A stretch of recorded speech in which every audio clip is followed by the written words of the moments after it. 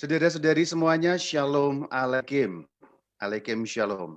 Tema kita adalah Katolik benar-benar satu. Ini merupakan suatu pertanyaan. Ya, ini nanti agak teknis dan mungkin beberapa dari kita akan sedikit bingung. Ya, enggak apa-apa, tapi saya akan coba pelan-pelan menjelaskannya. Penjelasan yang akan saya berikan hari ini, katekese ini penting nggak penting sebenarnya. Nggak pentingnya adalah ya begitu saja kok dibahas, memusingkan. Terus terang ini akan memusingkan banyak dari kita, tetapi pentingnya adalah begini. Pentingnya adalah kita tahu mana gereja yang sesungguhnya, yang sejak semula didirikan oleh Sang Kristus Tuhan kita, yang dulu dijanjikan pada saat beliau mengatakan, di atas batu karang ini akan kudirikan gerejaku. Jadi kita akan tahu persis manakah gereja Tuhan Yesus yang didirikan oleh Tuhan Yesus dan masih berlangsung sampai hari ini. Ini pentingnya di situ. Maka mari kita akan mulai sekarang. Kalau ada pertanyaan apakah Katolik itu benar-benar satu? Jawabannya langsung kesimpulannya. Ya, Katolik benar-benar hanya satu, tetapi dengan beberapa ritus. Jadi kalau dikatakan seluruh dunia ini Katolik hanya satu, Romo. Ya, hanya ada satu Katolik, yaitu gereja Kristen yang satu, kudus, Katolik, dan apostolik. Yaitu gereja yang pemimpinnya adalah penggantinya Rasul Petrus, yaitu Bapak Suci alias Bapak Paus, yaitu Uskup Roma. Nah itu satu-satunya gereja Katolik yang ada di atas muka bumi ini, yang kesinambungannya bisa dibuktikan sampai zaman para rasul, dan memang gereja yang dulu didirikan oleh Yesus Kristus Tuhan kita di atas dasar para rasul, dengan menunjuk Rasul Petrus sebagai ketuanya, dan kemudian Rasul Petrus itu digantikan oleh yang namanya Uskup Roma. Uskup Roma itu kita sebut Paus, kita sebut Bapak Suci. Nah itulah gereja Katolik. Berarti gereja Katolik itu sekumpulan orang yang percaya kepada Yesus Kristus dalam satu gereja yang di bawah kepemimpinan Rasul Petrus dan para penggantinya, yaitu Paus. Paus kita yang sekarang, Sri Paus Fransiskus. Jadi memang hanya ada satu. Maka kalau ada pertanyaan, apakah benar Katolik di dunia ini hanya ada satu? Ya, hanya ada satu Katolik, tetapi di dalam gereja Katolik itu ada beberapa ritus. Maka kalau dirumuskan, gereja Katolik itu satu dengan beberapa ritus. Nah, kalau Bapak dan Ibu saudara-saudari melihat peta atau bagan ini sudah mulai agak pusing ya. Itu satu kesatuan gereja Katolik, tapi dengan ada ritus Latin, Bizantin, Koptik, Kaldea, Armenia, dan Antioquia. Itulah gereja Katolik yang satu, tetapi punya beberapa ritus. Ritus itu apa? Kalau ada pertanyaan kok kita ngomong ritus, saya belum pernah dengar kata ritus. Ritus, bahasa Inggrisnya rite ya. Apa itu ritus? Secara singkat, ritus adalah seperangkat tata cara untuk melaksanakan peribadatan. Peribadatan di sini menyangkut sakramen-sakramen, yaitu 7 sakramen. Gereja Katolik dengan ritus manapun, tadi kan ada macam-macam ritus. Ritus Latin juga 7 sakramen, ritus Bizantin juga 7 sakramen, semua ritus itu 7 sakramen. Itu berbeda-beda cara merayakannya. Contoh yang sangat kuat saja, contohnya adalah perayaan misa. Perayaan misa itu sama-sama misa, artinya sama, maknanya sama, menerima tubuh Kristus juga, tetapi cara melaksanakannya berbeda. Cara melaksanakannya berbeda. Urut-urutannya berbeda. Tidak selalu persis sama. Kita yang ritus Latin tidak persis sama dengan yang ritus Bizantin. Yang ritus Bizantin tidak persis sama dengan ritus Kaldea. Jadi itu. Jadi ritus adalah seperangkat tata cara untuk melaksanakan peribadatan. Jadi sama peribadatan yang sedang misa, tetapi berbeda ritus, cara melaksanakannya juga tidak sama. Bajunya juga tidak sama, nyanyiannya tidak sama, lagu-lagunya tidak sama, tata caranya pun tidak selalu persis sama. Meskipun ada, ini catatan, hal-hal esensial yang sama, inti-inti yang sama. Tapi pernak-perniknya bisa tidak sama. Untuk mengerti apakah ritus itu, bagaimana terciptanya ritus, kita mesti tahu dulu kekristenan Barat dan Timur. Ini orang di Indonesia tidak banyak tahu mengenai kekristenan Barat dan Timur. Kekristenan itu ada dua macam sesungguhnya. Satu tetapi dua, yaitu kekristenan Barat, Kristen Barat, dan Kristen Timur. Pembagian Barat dan Timur itu berbasis pada peta Mediterania sebenarnya. Mediterania itu adalah Laut Tengah.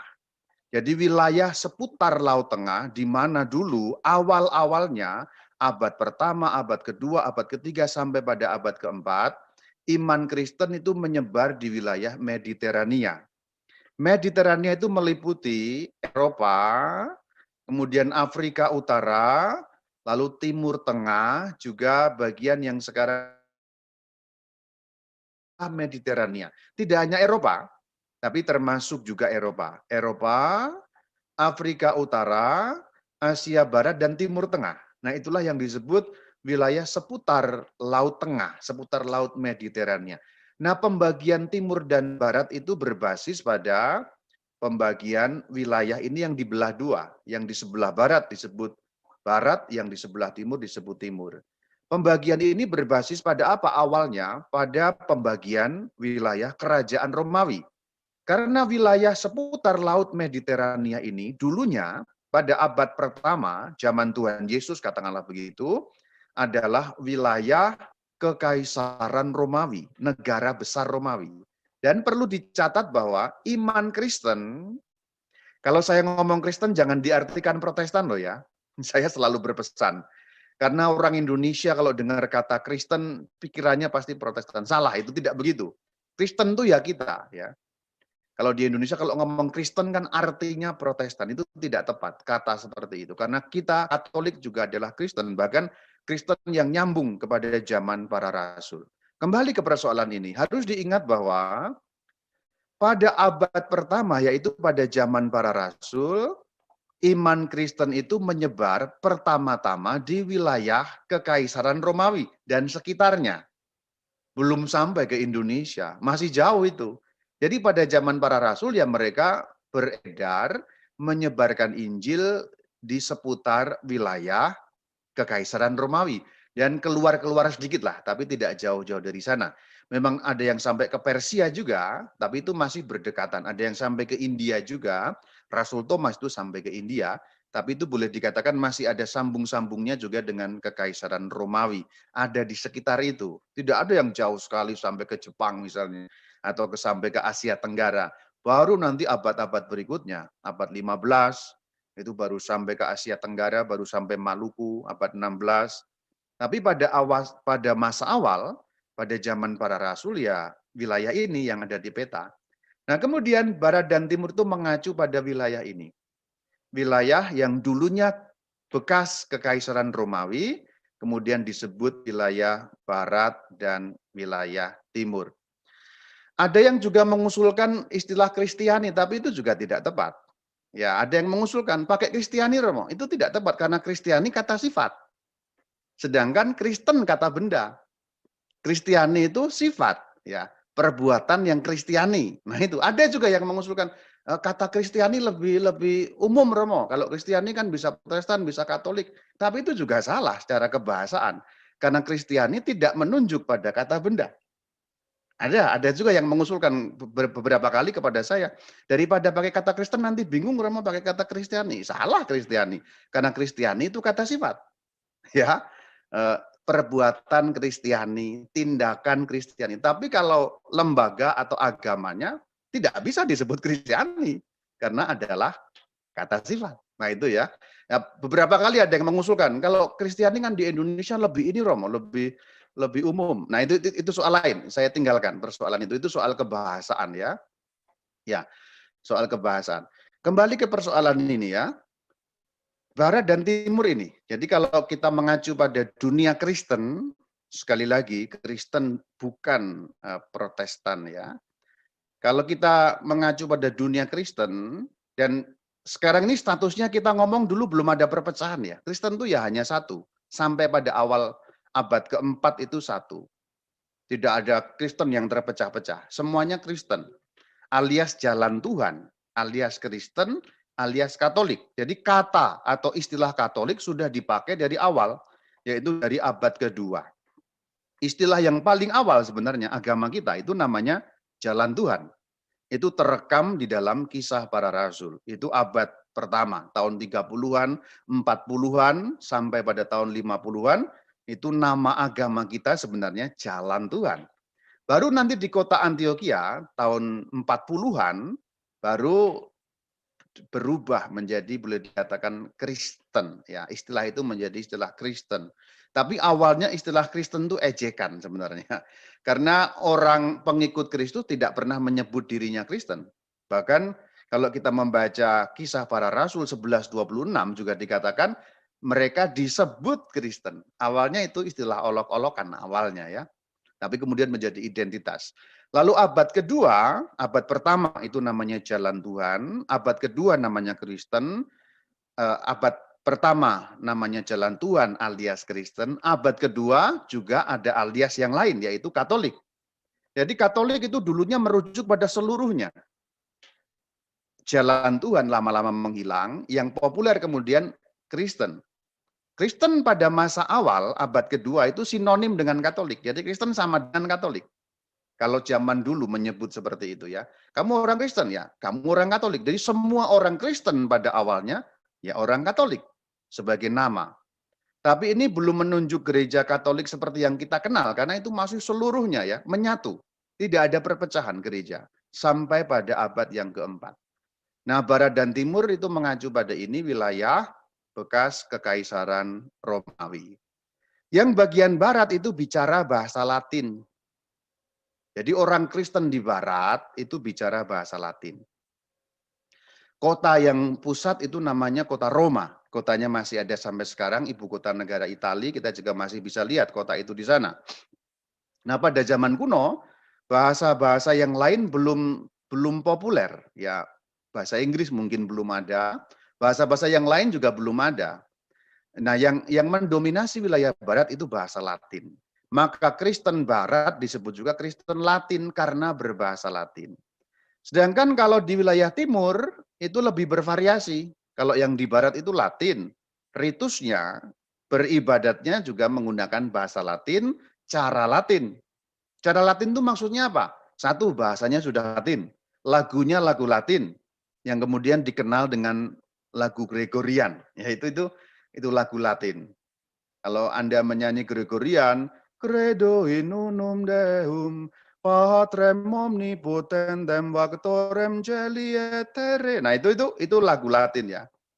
Dada Kyrie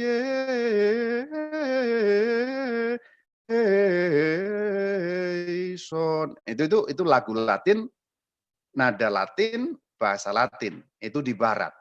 Maka kalau orang di Roma zaman para rasul misalnya ya pakai bahasa Latin. Kira-kira begitulah. Tapi di timur lebih variasi. Di timur ada berbagai macam ritus, ada ritus Koptik, ada Antioquia, Kaldea, Armenia, Bizantin, dan bahasanya juga lebih beragam.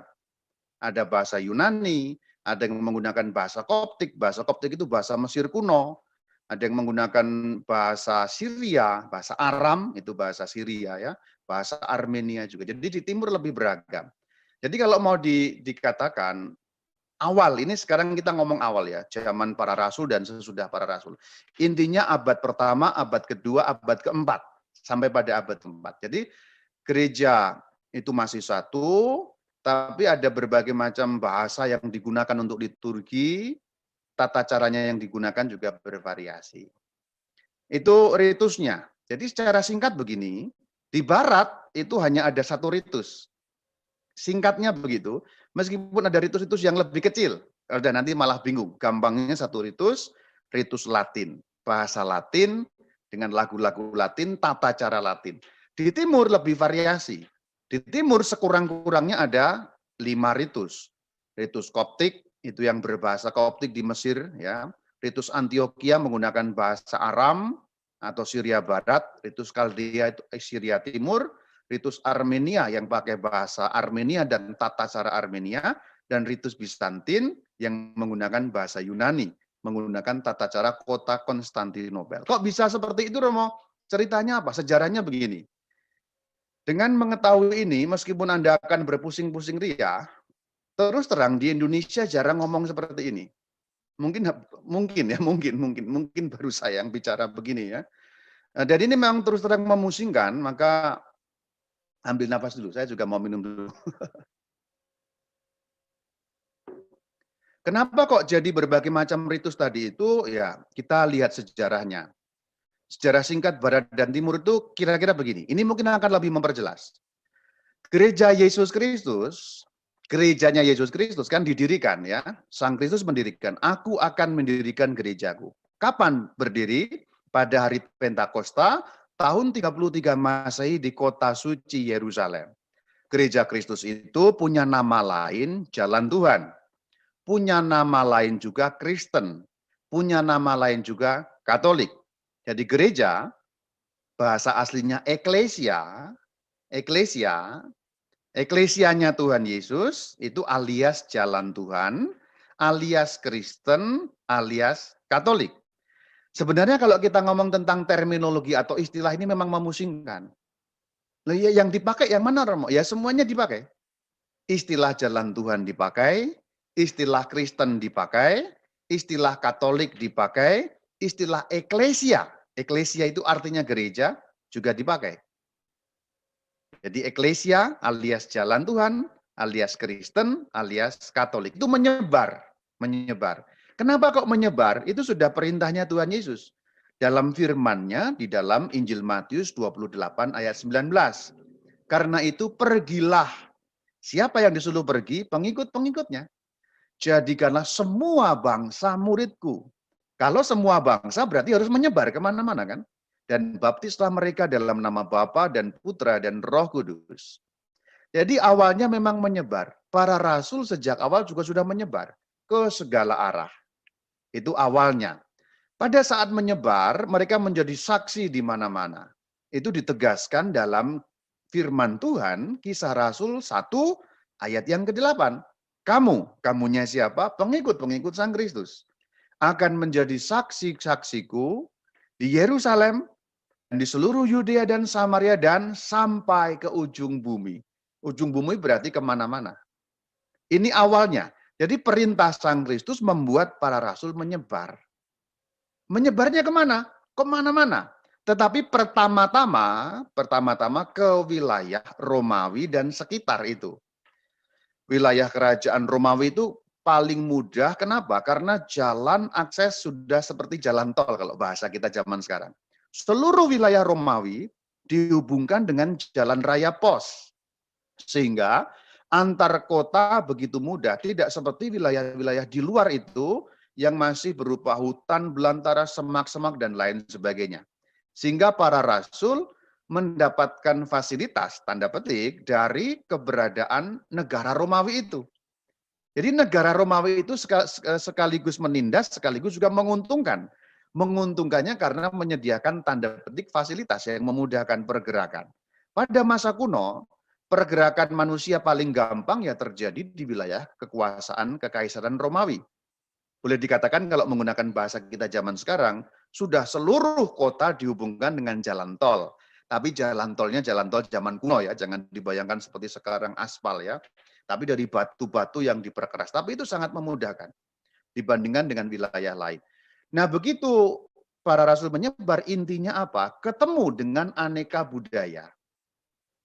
Pertama kan dari kota Yerusalem. Nanti untuk memperjelas Anda bisa buka YouTube channel saya. Romo suaranya hilang, Romo. Rasul Petrus. Itu ada 3 seri. Romo suaranya hilang, di Romo. Antioquia dan di Roma itu ada 3 seri yang masih dibagi-bagi lebih kecil lagi. Ceritanya kira-kira seperti ini. Dari Yerusalem awalnya, kemudian ke Antioquia, kemudian ke Roma. Tapi tidak hanya 3 kota itu, ada kota yang lain namanya Alexandria, yang kota penting juga, atau Iskandaria di negara Mesir modern sekarang. Dulu itu nggak ada negara Mesir seperti sekarang, tapi itu juga masuk wilayah kekuasaan Romawi. Jadi 4 kota ini yang awalnya penting sekali. Apakah hanya di 4 kota ini? Enggak. 4 kota ini pusat-pusatnya.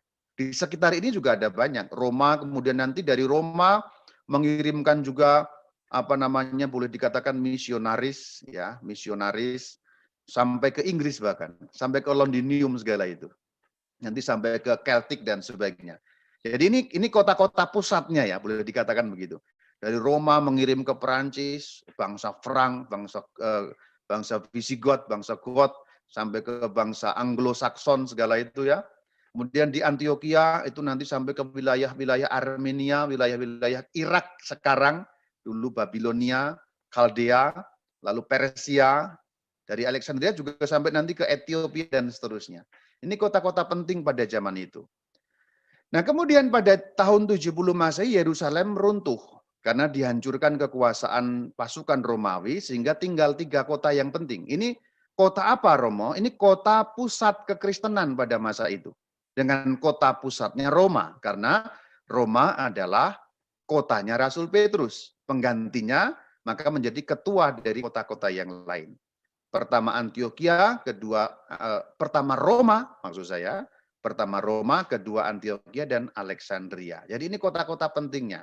Yerusalem kemana? Sudah runtuh. Tapi kemudian ada perkembangan bahwa kota-kota ini kan berbeda budaya sebenarnya. Orang Roma ya bicara bahasa Latin. Orang Roma kan bicara bahasa Latin. Kebudayaan Latin. Lagunya lagu-lagu Latin. Tapi orang Antioquia tidak bicara bahasa Latin. Orang Antioquia dan sekitarnya bicaranya bahasa Aram, bahasa Syria. Orang Alexandria demikian juga. Mereka tidak bicara bahasa Latin karena ini budaya yang lain. Ini Afrika Utara. Alexandria bicara bahasa apa? Bicara bahasa Koptik. Jadi artinya Injil Sang Kristus sejak awal sudah ketemu dengan macam-macam budaya. Kalau kita mengacu pada 3 kota ini, Injilnya Tuhan Yesus, pewartaan Kristus atau agama Kristen bahasa gampangnya alias jalan Tuhan, alias Katolik, alias Eklesia sudah langsung ketemu dengan berbagai macam budaya. Nah, budaya-budaya yang berbeda itu membuat munculnya ritus-ritus. Kalau berbahasa Latin, karena bahasanya Latin, disebut ritus Latin. Pusatnya Roma disebut ritus Roma juga. Ritus Roma alias ritus Latin. Di Antioquia, karena berbahasa Syria disebut ritus Syria. Kotanya Antioquia disebut ritus Antioquia. Alexandria demikian juga. Karena kotanya Alexandria disebut ritus Alexandria. Bahasanya Koptik disebut ritus Koptik. Nah itu ya. Intinya apa? Secara singkat, Injil menyebar, ketemu dengan budaya setempat, kemudian perayaan sakramen, perayaan liturgi, peribadatan menggunakan juga budaya setempat. Itu memunculkan ritus-ritus.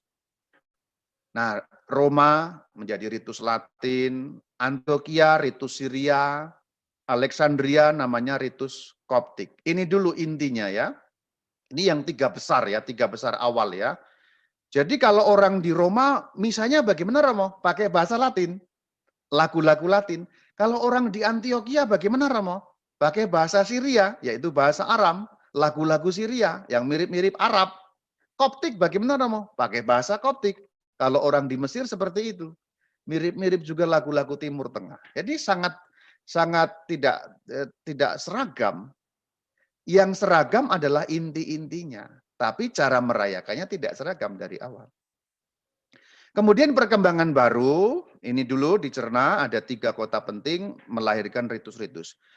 Kemudian ada kota yang baru yang didirikan, sebenarnya kota yang lama tapi dihidupkan kembali. Dulu menjadi kota mati boleh dikatakan namanya Bizantium.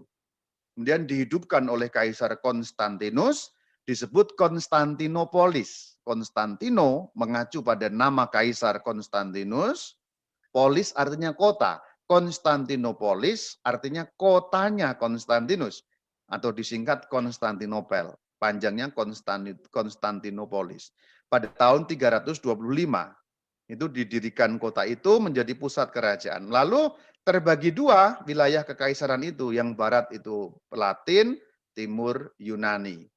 Nah, ini awal tadi itu ya, kita kembali ke awal, 3 kota penting, Roma, Antioquia, Alexandria. Kemudian dengan munculnya Konstantinopel menjadi 4. Kemudian Yerusalem dihidupkan kembali karena sudah dapat dikuasai kembali atau sudah dapat dihidupkan lagi. Jadi 5 dalam tradisi kekristenan zaman dulu ini disebut pentarki karena 5 kota penting kekristenan. Roma, Konstantinopel, Antioquia, Alexandria, dan Yerusalem. Ini 5 kota penting. Dan masing-masing kan punya budaya sendiri-sendiri. Orang Roma Latin, orang Alexandria berarti dengan apa? Dengan Koptik, Antioquia dengan Syria, Yerusalem ada pengaruh juga pengaruh Syria, Konstantinopel dengan apa? Dengan Yunani, ya, dengan Yunani. Ini 5. Kemudian pada perkembangan selanjutnya, awalnya hanya 3, lalu menjadi bertumbuh ritus-ritus itu. Awalnya kan hanya 3, kemudian bertumbuh juga Latin, Koptik, Kaldea, lalu langsunglah lengkapnya seperti ini. Nah, inilah lengkapnya sekarang. Sampai pada abad keempat, boleh dikatakan abad keempat, akhirnya fix, boleh dikatakan begitu, secara umum ritus-ritus inilah yang dipakai dalam gereja yang satu, kudus, katolik, dan apostolik. Ingat, bahwa sampai abad keempat, gereja benar-benar satu. Gereja yang mana yang dimaksud? Ya gereja Katolik tadi itu. Eklesia atau gereja, alias jalan Tuhan, alias Kristen, alias Katolik. Jadi boleh dikatakan sampai pada abad keempat, semua orang Kristen itu ya orang Katolik. Karena itu sinonim. Jalan Tuhan sama dengan Kristen, sama dengan Katolik, sama dengan eklesia. Kalau kamu anggota eklesia, eklesia itu artinya gereja, kamu orang Kristen. Kalau kamu orang Kristen, sama dengan kamu orang Katolik, otomatis. Karena memang itu sinonim. Eklesia sama dengan jalan Tuhan, sama dengan Kristen, sama dengan Katolik. Ini sampai abad keempat. Jadi harus Anda pahami, sampai abad keempat, semua Kristen adalah Katolik. Dan memang satu. Tetapi kesatuan itu, satu Tuhan, satu baptisan, satu iman. Kesatuan itu bukan berarti satu dalam cara beribadah loh ya. Bukan satu dalam cara beribadah. Cara beribadahnya beda-beda. Ada cara Latin, ya. Ritus itu cara lah, cara ya. Model gitu ya, model Latin, ada cara Koptik, ritus Koptik, ada cara Bizantin, ada cara Antioquia atau Syria Barat, Kaldea atau Syria Timur, dan cara Armenia. Jadi ini sebenarnya yang dimaksud dengan ritus. Pendek kata apa? Pendek katanya adalah gereja Katolik benar-benar satu. Tapi ingat, kita ngomong tentang abad keempat. Abad keempat, sampai abad keempat. Abad pertama, abad kedua, abad ketiga, sampai pada abad keempat. Nanti setelah abad keempat beda lagi ceritanya ya. Ini ngomong sampai abad keempat, gereja Katolik benar-benar satu, tetapi dengan variasi ritus. Baik yang barat maupun yang timur. Yang barat hanya ada 1, ritus Latin. Yang timur ada 5, Bizantin, Armenia, Antioquia, Kaldea, dan Koptik. Ini kekayaannya. Kita di Indonesia nggak banyak tahu. Kenapa? Kenapa kok kekayaan seperti ini kita nggak banyak tahu? Kita agak-agak deso sebenarnya di Indonesia ini. Kita bingung-bingung ketika melihat ada misa dengan cara lain, karena di Indonesia ritusnya Latin. Oh, kok nggak pakai bahasa Latin nama betul, tapi itu diterjemahkan dari bahasa Latin, maksudnya gitu. Jadi kita di Indonesia, karena mengambil dari ritus Latin. Kenapa kok mengambil dari ritus Latin di Indonesia? Karena dulu misionarisnya dari wilayah barat. Orang-orang Belanda, orang-orang Itali beberapa, orang-orang Jerman beberapa juga, Itali, Jerman, dan seterusnya itu Eropa itu Latin semuanya. Ritusnya ritus Latin. Maka orang Indonesia taunya Katolik dalam ritus Latin. Jadi Katolik itu satu, tapi ritusnya banyak. Sekarang kita pengandaian. Seandainya, kita andaikan saja. Seandainya dulu ya, seandainya yang menjadi misionaris ke Indonesia adalah orang-orang Katolik Kaldea. Belum lama dikunjungi Bapak Suci itu ya.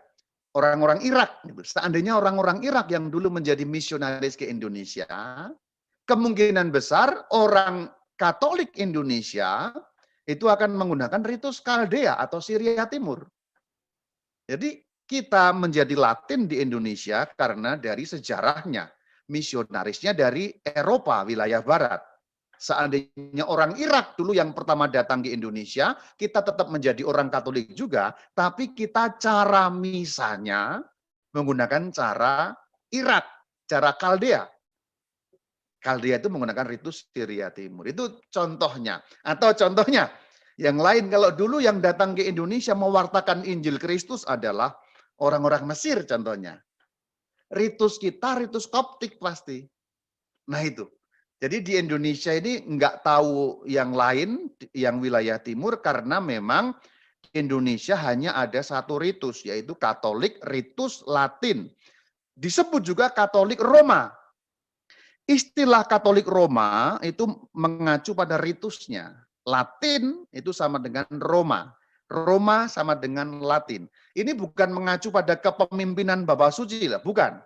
Ini kata Katolik Roma, istilah Katolik Roma, itu artinya Katolik yang menggunakan tata cara Roma. Kalau Katolik di Irak menggunakan tata cara Roma atau enggak Roma? Enggak, mereka menggunakan tata cara Irak atau Kaldea. Tapi orang-orang Katolik Irak, meskipun menggunakan tata cara Kaldea atau tata cara Irak, mereka juga mengakui Paus Roma sebagai pemimpin. Hanya beda ritus gitu loh. Hanya beda ritus. Jadi contoh kemarin Bapak Suci itu misa. Misa cara misanya lain karena menggunakan ritus Kaldea. Ada bau-bau Arab dan lain sebagainya itu ya. Itu namanya ritus Kaldea. Nanti kalau Anda mau searching itu bisa di EWTN ada, kalau enggak Vatican News ada.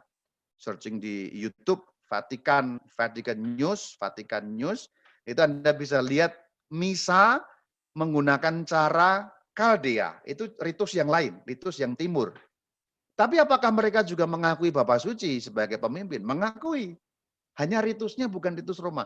Jadi sekali lagi, istilah Katolik Roma bukan menunjukkan siapa pemimpinnya, bukan. Tapi ritusnya apa? Cara beribadatnya pakai apa? Katolik Roma berarti kita di Indonesia, Katolik Roma berarti kita orang Indonesia menggunakan cara beribadat kota Roma, yaitu bahasa Latin, lagu Latin. Kita di Indonesia itu Latin, meskipun diterjemahkan dalam bahasa Indonesia, tapi aslinya bahasa Latin. Tuhan sertamu misalnya, dan sertamu juga. Itu aslinya kan Dominus vobiscum, et cum spiritu tuo. Atau tanda salib. Dalam nama Bapa dan Putra dan Roh Kudus, amin. Itu dari Latin. Apakah ada tanda salib versi lain? Ada sedikit versi lain. Di wilayah timur masih ditambahkan Tuhan yang Esa. Ada kalau wilayah timur ya. Kekristenan timur menambahkan Tuhan yang Esa. Dalam nama Bapa dan Putra dan Roh Kudus, Tuhan yang Esa. Ada kalau di wilayah timur. Wilayah barat tidak perlu ditambahkan. Hanya in nomine Patris et Filii et Spiritus Sancti, amen. Kita hanya begitu kan. Kalau diterjemahkan, kalau versi Latin, dalam nama Bapa dan Putra dan Roh Kudus, amin. Sudah. Kalau wilayah timur, dalam nama Bapa dan Putra dan Roh Kudus, Tuhan yang Esa, amin. Apakah berbeda? Berbeda sedikit rumusannya. Apakah intinya berbeda? Ya tidak, karena itu mengungkapkan iman yang sama. Ini sejarahnya. Nah, kesatuan gereja, ini saya masih ada waktu enggak ya? Masih kayaknya ya. Saya agak cepat kalau gitu ya. Ada waktu, Romo. Kan saya agak cepat. Nah, ini masih satu ya gereja ya. Gereja satu ya. Nah, kesatuan gereja itu bertahan hanya 4 abad. Jadi gereja Katolik alias Kristen alias Jalan Tuhan alias Eklesia tadi itu bertahan satu itu hanya 4 abad. Karena kemudian pecah. Setelah abad keempat itu pecah. Perpecahannya kira-kira seperti ini. Di YouTube saya juga sudah ada.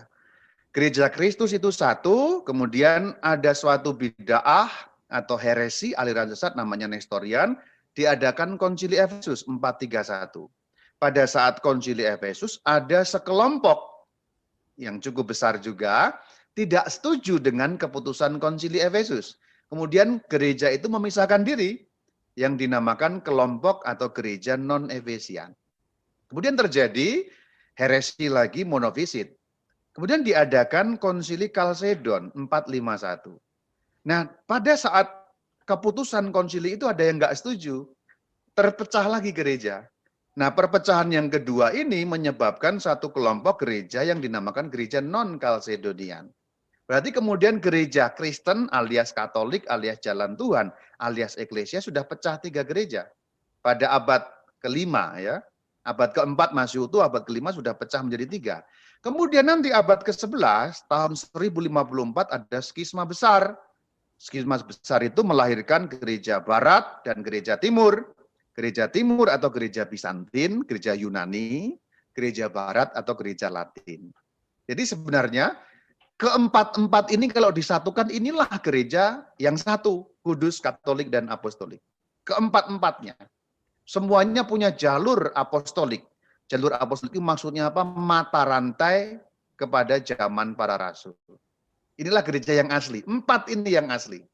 Di luar yang 4 ini KW. Dalam arti bukan gereja, tapi komunitas gerejawi. Nah, keempat-empatnya ini pada zaman modern punya nama.